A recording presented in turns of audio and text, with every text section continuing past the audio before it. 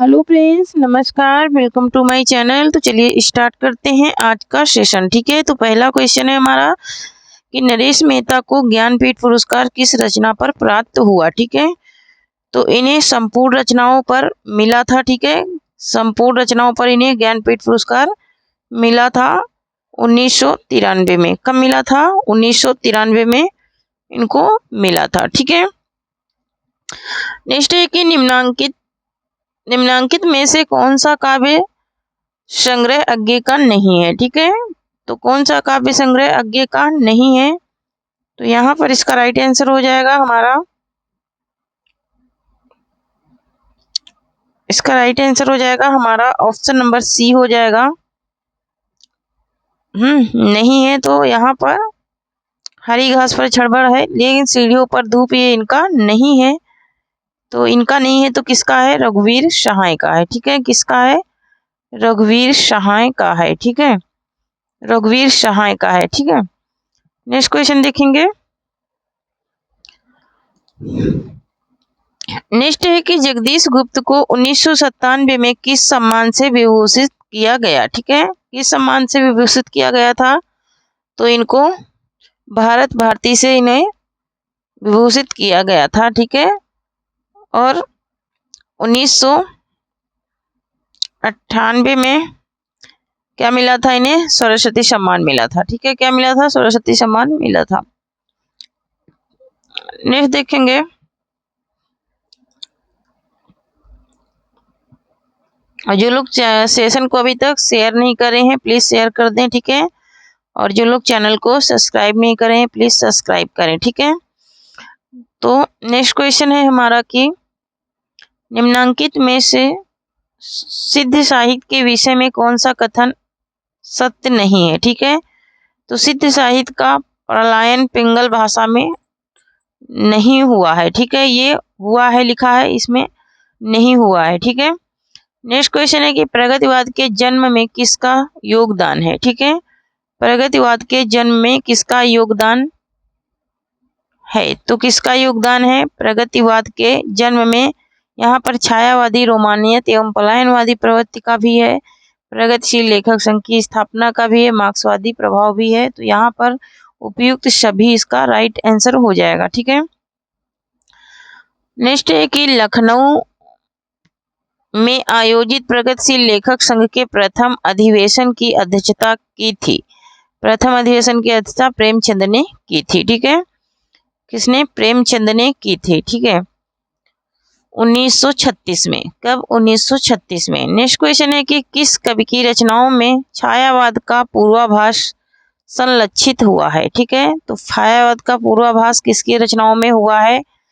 तो यहाँ पर मुकुटधर पांडे, क्या हो जाएगा? मुकुटधर पांडे की रचनाओं में। ठीक है, नेक्स्ट है कि कवि त्रिलोचन का पूरा नाम था। कवि त्रिलोचन का पूरा नाम क्या था? तो वासुदेव सिंह था। क्या था? वासुदेव सिंह था कवि त्रिलोचन का पूरा नाम। नेक्स्ट है कि निम्नांकित कवियों का जन्म काल के अनुसार क्रम निर्धारण कीजिए। ठीक है, तो यहाँ पर क्रम निर्धारण करना है, तो यहाँ पर ऑप्शन नंबर सी राइट हो जाएगा। पहले रहीम, फिर घनानंद, फिर रसलीन, फिर ठाकुर। ठीक है, नेक्स्ट क्वेश्चन देखेंगे। नेक्स्ट क्वेश्चन है कि निम्नांकित में कौन अष्टछाप का कवि नहीं है। ठीक है, तो अष्टछाप का कवि कौन नहीं है ये बताना है। तो अष्टछाप का कवि कौन नहीं है? तो यहाँ पर इसका राइट आंसर हो जाएगा ऑप्शन नंबर बी हो जाएगा, स्वामी हरिदास। स्वामी हरिदास ये अष्टछाप के कवि नहीं है। नेक्स्ट है कि निम्नांकित में से अपभ्रंश प्रभावित हिंदी रचना कौन सी है? तो अपभ्रंश प्रभावित हिंदी रचना कौन सी है? तो यहाँ पर ऑप्शन नंबर सी राइट हो जाएगा, ऑप्शन नंबर सी भारतेश और बाहुबली रास। ठीक है, नेक्स्ट है कि कविता करके तुलसी न लसे, कविता लसी न पा, तुलसी व कला, यह प्रशंसा पारक उक्ति किसने लिखी? तो अयोध्या सिंह उपाध्याय हरिओद ने लिखी थी। नेक्स्ट है कि साहित्य जनता की चित्तवृत्ति का संचित प्रतिबिंब है, इस पंक्ति के सही लेखक हैं। ठीक है, तो इस पंक्ति के सही लेखक हैं रामचंद्र शुक्ल। ठीक है, कौन है? रामचंद्र शुक्ल हैं। ठीक है, नेक्स्ट क्वेश्चन देखेंगे। नेक्स्ट है कि कौल ज्ञान निर्णय के रचनाकार हैं। कौल ज्ञान निर्णय के रचनाकार कौन है? तो ऑप्शन नंबर यहाँ पर सी राइट हो जाएगा। ऑप्शन नंबर सी राइट हो जाएगा। मच्छेंद्र नाथ। कौन है? मच्छेंद्र नाथ है। ठीक है। नेक्स्ट क्वेश्चन है कि घनानंद रीति काव्य की किस धारा के कवि हैं? घनानंद रीति काव्य की किस धारा के कवि हैं? तो ये रीति मुक्त काव्य धारा के कवि हैं। ऑप्शन नंबर बी राइट हो जाएगा। ठीक है। रीति मुक्त काव्य धारा के कवि हैं। नेक्स्ट है कि चारण साहित्य किस साहित्य का दूसरा नाम है? तो चारण साहित्य किस साहित्य का दूसरा नाम है? रासो साहित्य का। ठीक है। नेक्स्ट है कि निम्नांकित में से किस ग्रंथ के लेखक रामविलास शर्मा नहीं है? ठीक है। तो किस ग्रंथ के लेखक? कविता के नए प्रतिमान। कविता के होना चाहिए में नहीं। ठीक है। तो कविता के नए प्रतिमान इनका नहीं है। ये किसका है? तो ये नामवर सिंह का है। ये किसका है? तो ये नामवर सिंह का है। ठीक है। नेक्स्ट है कि रानी केतकी की कहानी के लेखक हैं। तो रानी केतकी की कहानी के लेखक हैं इंसाअल्लाह खां। ठीक है। कौन है? तो इंसाअल्लाह खां है रानी केतकी की कहानी के लेखक। ठीक है। नेक्स्ट है कि प्रगतिवाद के प्रमुख कवि नहीं है। तो प्रगतिवाद के प्रमुख कवि कौन नहीं है? यहाँ पर ऑप्शन नंबर सी राइट हो जाएगा। आगे प्रगतिवाद की कवि नहीं है। ये प्रयोगवादी कवि हैं। ठीक है। ये कैसे कवि हैं? तो ये प्रयोगवादी कवि हैं। ठीक है। नेक्स्ट है कि तार सप्तक में कौन सा कवि सम्मिलित नहीं है? तार सप्तक में कौन से कवि सम्मिलित नहीं है? तो यहाँ पर इसका राइट आंसर हो जाएगा हमारा रघुवीर सहाय। ऑप्शन नंबर डी इसका। नेक्स्ट क्वेश्चन है कि रीति काल को अलंकृत काल कहा। रीति काल को अलंकृत काल किसने कहा? तो यहाँ पर इसका राइट आंसर हो जाएगा हमारा मिश्र बंधु ने। किसने कहा था? तो मिश्र बंधुओं ने कहा था। ठीक है। नेक्स्ट क्वेश्चन देखेंगे। नेक्स्ट है कि केसो कही न जाई का कहिए पंक्ति के रचनाकार हैं। तो ये तुलसीदास हैं इसके रचनाकार। ठीक है। तुलसीदास हैं। कौन है? तो तुलसीदास हैं। नेक्स्ट क्वेश्चन है कि हिंदी के प्रथम पत्र उदंत मार्टन के संपादक थे। तो उदंत मार्टन के संपादक कौन थे? बाबू युगल नहीं जुगल होगा। ठीक है। कौन थे? जुगल किशोर थे। ठीक है।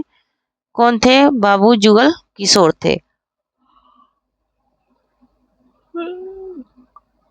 नेक्स्ट है कि आदिकाल को सिद्ध सामंत युग कहा। आदिकाल को सिद्ध सामंत युग किसने कहा? राहुल शंकरत्यायन ने कहा। नेक्स्ट है कि चाक उपन्यास की लेखिका है। चाक उपन्यास किसका है? तो यहाँ पर इसका राइट आंसर हो जाएगा हमारा ऑप्शन नंबर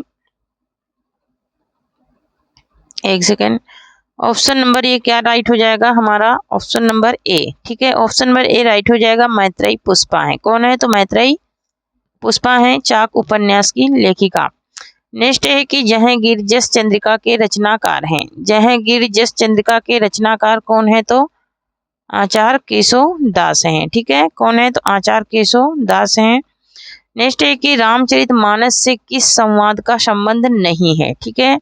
रामचरितमानस से किस संवाद का संबंध नहीं है? तो राम सीता संवाद का नहीं है। ठीक है। नेक्स्ट क्वेश्चन देखेंगे। नेक्स्ट है कि भ्रमर गीत काव्य का मूल सूत्र है। भ्रमर गीत काव्य का मूल सूत्र है श्रीमद् भागवत का 10वां स्कंद। ठीक है। नेक्स्ट क्वेश्चन देखेंगे। नेक्स्ट है कि द्विवेदी युग का नामकरण किसके नाम पर हुआ? ठीक है। तो द्विवेदी युग का नामकरण आचार्य महावीर प्रसाद द्विवेदी के नाम पर हुआ। नेक्स्ट है कि the modern vernacular literature of Hindustan Hindi साहित्य के इतिहास ग्रंथ के लेखक का नाम है। तो यहाँ पर इसका राइट आंसर हो जाएगा हमारा ऑप्शन नंबर ए हो जाएगा जॉर्ज ग्रियर्सन। ठीक है। क्या है? तो जॉर्ज ग्रियर्सन है। नेक्स्ट है कि गंग कवि का जन्म हुआ था। तो गंग कवि का जन्म इटावा में हुआ था। नेक्स्ट है कि साकेत की कथा पर मुख्य संबंध किसके चरित्र विकास से जुड़ा है? तो ये किसके चरित्र विकास से जुड़ा है? तो ऑप्शन नंबर बी राइट हो जाएगा। ठीक है। ऑप्शन नंबर बी, अरे डी नहीं बी, क्या होगा? बी राइट हो जाएगा। लक्ष्मण और उर्मिला के संवाद से क्या है? जुड़ा है। ठीक है। लक्ष्मण और उर्मिला के संवाद से जुड़ा है। नेक्स्ट है कि निराला का जन्म कहाँ हुआ था? तो निराला का जन्म कहाँ हुआ था? तो निराला का जन्म बंगाल में हुआ था। ठीक है, निराला का जन्म बंगाल में हुआ था। नेक्स्ट है कि कफन कहानी में घीसू और माधव कफन के पैसे का क्या करते हैं? तो यहाँ पर पूड़िया खरीद कर खाते हैं और बोतल भर शराब पीते हैं, ये दोनों सही हैं। तो यहाँ पर उपयुक्त दोनों काम ये करते हैं। ठीक है, क्या करते हैं? उपयुक्त दोनों ही काम करते हैं, पूड़िया भी खाते हैं और बोतल भर शराब भी पीते हैं। ठीक है, तो उपयुक्त दोनों सही हो जाएंगे। ऑप्शन नंबर डी इसका राइट आंसर हो जाएगा। नेक्स्ट है कि बिहारी के दोहों की चमत्कार पूर्व, ठीक है, चमत्कार पूर्व तुलना संस्कृत उर्दू फारसी के कवियों में किसने की? तो पदम सिंह शर्मा ने की है। ठीक है, नेक्स्ट है कि सूरदास प्रेमचंद के किस उपन्यास का पात्र है? तो सूरदास किसका पात्र है?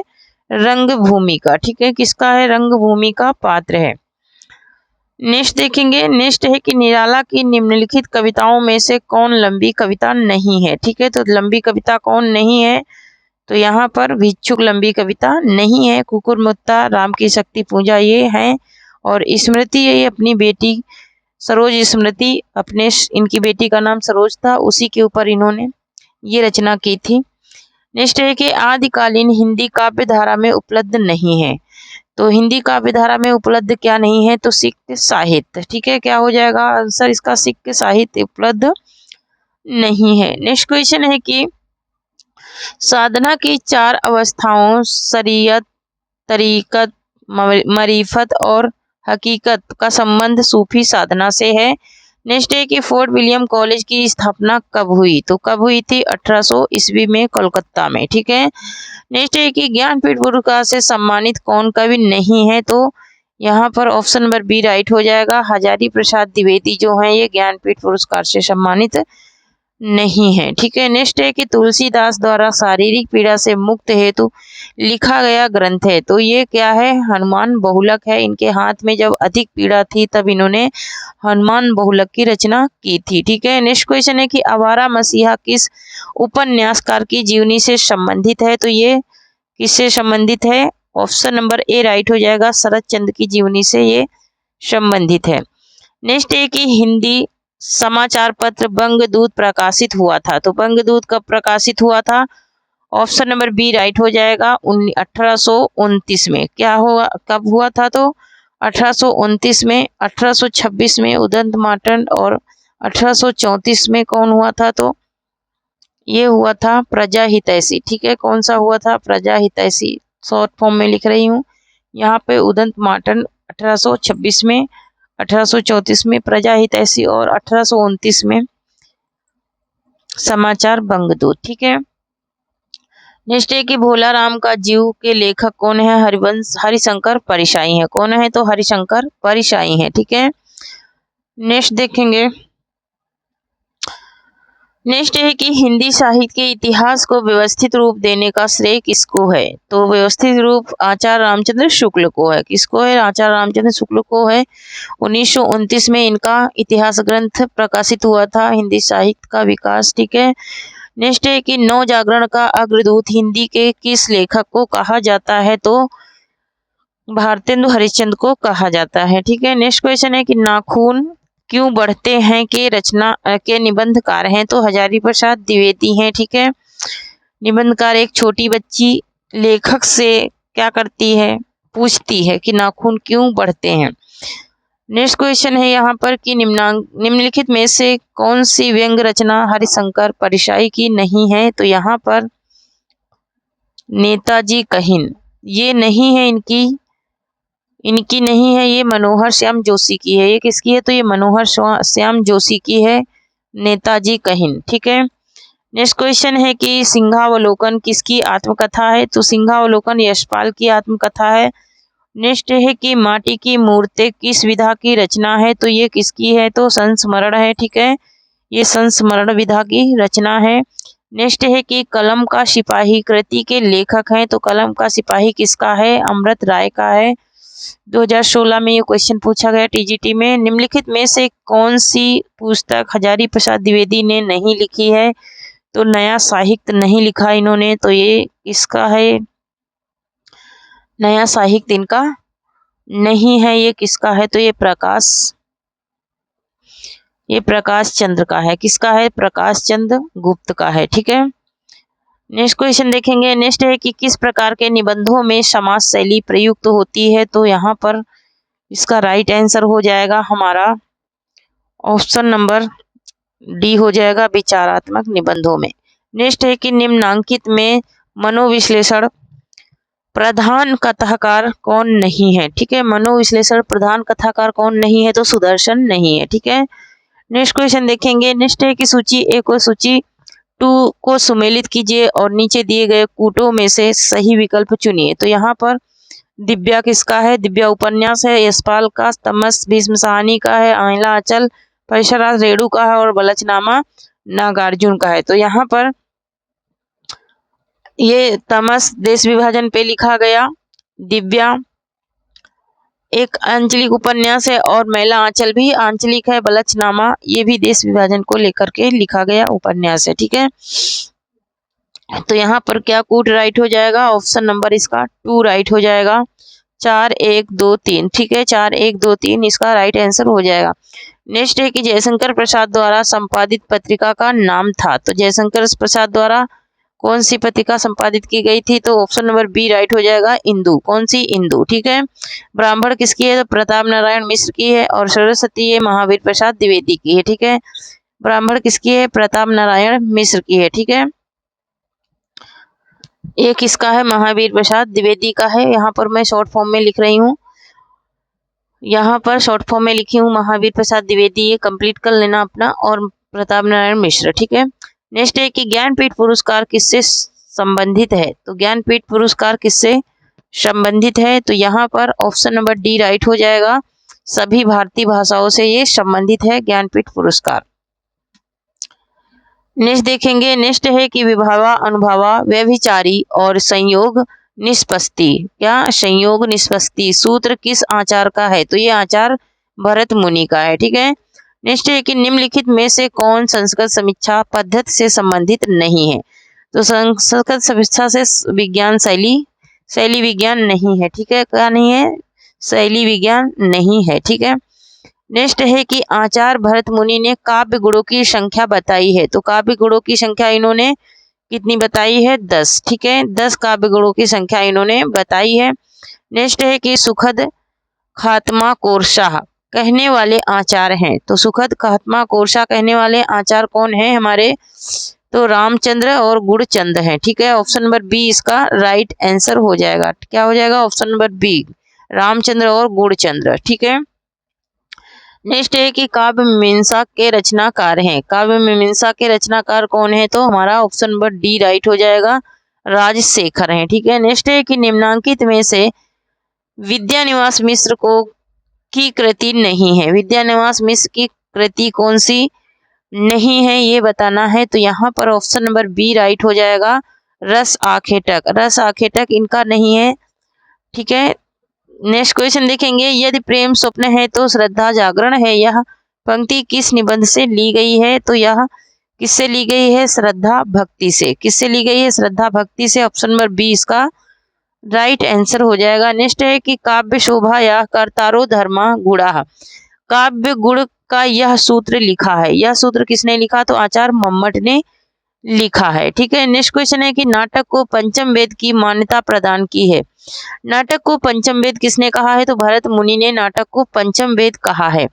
नेक्स्ट है कि आधुनिक एकांकी के जनक माने जाते हैं। तो आधुनिक एकांकी के जन्म रामकुमार वर्मा को माना जाता है। नेक्स्ट है कि वरुण के रस जस्तु का प्रतिष्ठापक है।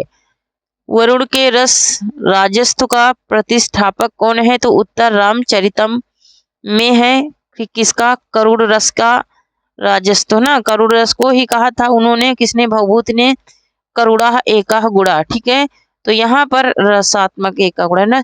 बिन पद चले सुने बिन काना, कर बिनु कर्म करे विधि नाना, ये विभावना अलंकार है इसमें। नेक्स्ट है कि विभत्स रस का अस्थाई भाव है। तो विभत्स रस का अस्थाई भाव क्या है? जुगुप्सा है। क्या है? जुगुप्सा है। ठीक है, नेक्स्ट है कि मगही किस उपभाषा की बोली है? ठीक है, मगही किस उपभाषा की बोली है? तो ये किसकी बोली है? मगही तो बिहारी की है, ठीक है। किसकी है? ऑप्शन नंबर इसका डी राइट हो जाएगा, बिहारी हिंदी की है, ठीक है। नेक्स्ट क्वेश्चन है कि निम्नांकित पंक्तियों में प्रयुक्त अलंकार बताइए। रनित भृंग, घंटावली, घरित दान, मधुवीर, ठीक है, मधुनीर, मंद मंद आवत चलो, कुंजर कुंज समीर, ठीक है। तो यहाँ पर इसका राइट आंसर हो जाएगा हमारा यमक अलंकार, ठीक है। क्या हो जाएगा? यमक अलंकार हो जाएगा, ठीक है। यहाँ पर मंद मंद 2 बार आया है और दोनों के अर्थ अलग निकल रहे हैं। नेक्स्ट है कि अभी तो मुकुट बंधा ही था, साथ हुए कल ही हल्दी के हाथ, खुले भी ना थे लाज के बोल, खिले थे चुंबन शून्य कपोल, हाय रुक गया यही संसार, बना सिंदूर अनल अंगार, वातहत लतिका वह सुकुमार, पड़ी है छिन्ना धार, में निहित रस है क्या? वियोग श्रृंगार है, ठीक है। क्या? क्योंकि यहाँ पर कोई स्त्री क्या है, अभी भी ब्याह करके आई है, उसका पति अभी भी मर गया है, ठीक है। नेक्स्ट है कि भोजपुरी बोली की उत्पत्ति मगही अपभ्रंश से हुई है। किससे हुई है? मागधी अपभ्रंश से हुई है, ठीक है। मागधी अपभ्रंश से हुई है। नेक्स्ट है कि ग्वालियर की बोली है, तो ग्वालियर की बोली क्या है? बुंदेली है। कौन सी है? बुंदेली है। नेक्स्ट है कि कौन सी भाषा देवनागरी लिपि में लिखी जाती है, तो कौन सी भाषा देवनागरी में? मराठी। मराठी देवनागरी लिपि में लिखी जाती है, ठीक है। नेक्स्ट क्वेश्चन देखेंगे। नेक्स्ट है कि जिसका जन्म पहले हुआ हो, वाक्य के लिए एक उपयुक्त शब्द का विकल्प चुनिए, ठीक है। तो यहाँ पर जिसका पहले हुआ उसे अग्रज और जिसका बाद में होता है उसे अनुज कहते हैं, ठीक है। नेक्स्ट है कि महात्मा शब्द का सही विलोम होगा, तो महात्मा का दुरात्मा हो जाएगा, ठीक है। क्या हो जाएगा? दुरात्मा हो जाएगा। नेक्स्ट क्वेश्चन है कि कौन सा शब्द देशज नहीं है? कौन सा शब्द है जो देशज नहीं है? तो यहाँ पर इसका राइट आंसर हो जाएगा हमारा कंचन। कंचन क्या है? ये तद्भव शब्द है।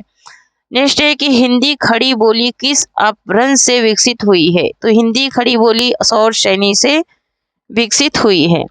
नेक्स्ट है कि जीतने की इच्छा है तो एक शब्द लिखिए, तो जीतने की इच्छा है तो एक शब्द हो जाएगा हमारा क्या? जिगीसा। क्या हो जाएगा? ऑप्शन नंबर बी राइट हो जाएगा, जिगीसा हो जाएगा, ठीक है। नेक्स्ट है कि स्वर ध्वनि के प्रकार हैं, तो स्वर ध्वनि के प्रकार क्या हैं? ये तीनों ही हैं, ठीक है। दीर्घ स्वर भी होता है, हर्ष स्वर दूसरा होता है, तीसरा प्लुप्त स्वर होता है, ठीक है। क्या होता है? प्लुप्त स्वर होता है, ठीक है। तो तीनों ही ये स्वर ध्वनियों के प्रकार हैं, ठीक है। नेक्स्ट है कि छत्तीसगढ़ी बोली हिंदी के किस उपभाषा वर्ग के अंतर्गत आती है? तो पूर्वी हिंदी के अंतर्गत आती है। नेक्स्ट है कि निम्नांकित में योग रूढ़ शब्द है, ठीक है। योग रूढ़ शब्द कौन सा है? तो यहाँ पर ऑप्शन नंबर डी राइट हो जाएगा, ठीक है। क्या राइट हो जाएगा? ऑप्शन नंबर डी, पंकज, ठीक है। पंकज ये योग रूढ़ शब्द है। नेक्स्ट है कि गोधूर्म का तद्भव है, गोधूर्म का तद्भव क्या है? गेहूं है, ठीक है। नेक्स्ट है कि लट लकार किस काल का बोधक है? तो लट लकार किस काल का बोधक है? तो यहाँ पर इसका राइट आंसर हो जाएगा हमारा ऑप्शन नंबर ए हो जाएगा, वर्तमान काल का, ठीक है। क्या है? वर्तमान काल का बोधक है। नेक्स्ट है कि मेघदूत काव्य का खड़ी बोली में अनुवाद किया, तो राजा लक्ष्मण सिंह ने। नेक्स्ट है कि तल्लीन शब्द में सही उपसर्ग का विच्छेद है, तो तत् धन लीन, ठीक है। तत् धन लीन हो जाएगा। नेक्स्ट है कि निम्नलिखित में से कौन सा शब्द हंस का पर्यायवाची है? तो हंस का पर्यायवाची कौन है? यहाँ पर ऑप्शन नंबर सी राइट हो जाएगा, मराल। क्या हो जाएगा? मराल है हंस का पर्यायवाची। नेक्स्ट है कि ताले कै पानी पताले गए बेटी पुराइन और गई कुम्हिलाई हो, गंगा यमुना बीच रेती पर तो है, कैसे कै करूं बिसाई रे। उक्त गीत किस बोली का है? तो ये किसका है? अवधी का है, ठीक है। किसका है? ये अवधी का है, ठीक है। अवधी भाषा में ये लिखा गीत है। नेक्स्ट देखेंगे। नेक्स्ट है कि निम्नलिखित शब्दों में कौन देशज है? ठीक है। देशज शब्द कौन सा है? तो फटाफट, ठीक है। फटाफट क्या है? देशज है। नेक्स्ट है कि तू डाल डाल में पात पात का अर्थ क्या है? तो यहाँ पर चालाकी का जवाब चालाकी से, ठीक है। नेक्स्ट है कि अकाल पीड़ित में समास है। अकाल पीड़ित में कौन सा समास है? तो यहाँ पर इसका राइट आंसर हो जाएगा हमारा तत्पुरुष समास। क्या हो जाएगा? तत्पुरुष समास हो जाएगा। अकाल से पीड़ित, ठीक है, किससे? अकाल से पीड़ित। नेक्स्ट है कि अन्वेषण का शुद्ध संधि विच्छेद होगा। तो अन्वेषण का शुद्ध संधि विच्छेद अनु नहीं होगा, ठीक है, सी नहीं होगा, इसका डी होगा, ठीक है, इसका ऑप्शन नंबर डी राइट होगा। एक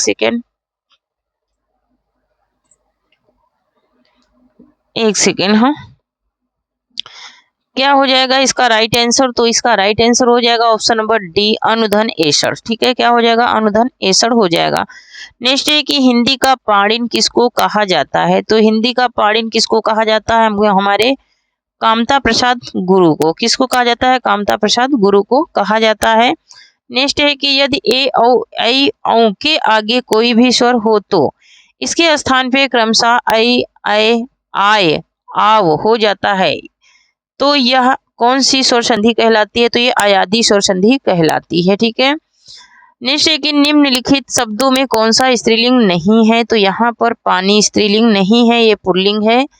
नेक्स्ट है कि निम्नलिखित शब्दों में किस एक लिंग परिवर्तन हिंदी भाषा में प्रचलित नहीं है? किस एक का एक लिंग परिवर्तन हिंदी भाषा में प्रचलित नहीं है? तो कोयल, कोयल का लिंग परिवर्तन नहीं होता है। नेक्स्ट है कि निम्नलिखित में से एक वाक्य में क्रिया भ्रमर भक्षण करने के अर्थ में प्रयुक्त हुई है। भक्षण के अर्थ में, भक्षण मीन्स होता है खाना, तो यहाँ पर ऑप्शन नंबर डी राइट हो जाएगा, वह आम खाता है, यही है क्या? भक्षण के रूप में क्रिया, ठीक है, वह आम खाता है, यही भक्षण के रूप में क्रिया हो जाएगी।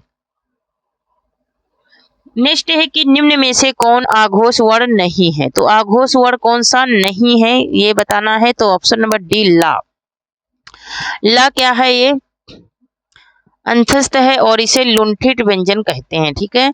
नेक्स्ट है कि निम्न में से कौन सा युग्म कंठ तालव्य है? कौन सा युग्म है जो कंठ तालव्य है? तो ऑप्शन नंबर ए राइट हो जाएगा, ए आई, क्या हो जाएगा? ए आई हो जाएगा। नेक्स्ट है कि सा का उच्चारण स्थान है। किसका? सा का उच्चारण स्थान है, तो सा का उच्चारण स्थान क्या है? तो ऑप्शन नंबर ए राइट हो जाएगा, तालव्य है, ठीक है, क्या है? तालव्य है। नेक्स्ट है धा का उच्चारण स्थान क्या है? तो धा का उच्चारण क्या हो जाएगा हमारा? ऑप्शन नंबर डी हो जाएगा, बी नहीं डी होगा, ठीक है, डी होगा, सॉरी, डी हो जाएगा दंत। क्या हो जाएगा? दंत हो जाएगा धा का उच्चारण स्थान, ठीक है। नेक्स्ट है कि निम्न में से कौन ऊष्म व्यंजन नहीं है? तो ऊष्म व्यंजन कौन सा नहीं है? रा। रा कैसा व्यंजन है? प्रकंपित व्यंजन इसे कहते हैं और लुंठित व्यंजन भी कहते हैं। नेक्स्ट है कि शब्द किसे कहते हैं? तो शब्द एक या एक से अधिक सार्थक वर्ण समूह को कहते हैं, ठीक है, एक या एक से अधिक सार्थक वर्ण समूह को कहते हैं, ठीक है। सार्थक मीन्स होता है सही सही, जिसमें कोई गलती ना हो। नेक्स्ट है कि महाराष्ट्र में किस भाषा का प्रयोग अधिक होता है? तो मराठी भाषा का अधिक होता है। नेक्स्ट है कि किसने कहा था कि शब्द की ज्योति न जली होती तो विश्व अंधकारमय होता? ये किसने कहा था? तो यहाँ पर ऑप्शन नंबर ए राइट हो जाएगा, महर्षि दंडी ने। किसने कहा था? तो महर्षि दंडी ने कहा था। नेक्स्ट है कि व्याकरण से किसके अस्तित्व की जानकारी नहीं है? तो लिपि के, ठीक है। नेक्स्ट है कि हिंदी को मानक रूप प्रदान करने का सर्वप्रथम प्रयास किसने किया? तो हिंदी को किशोरीदास वाजपेयी ने किया था।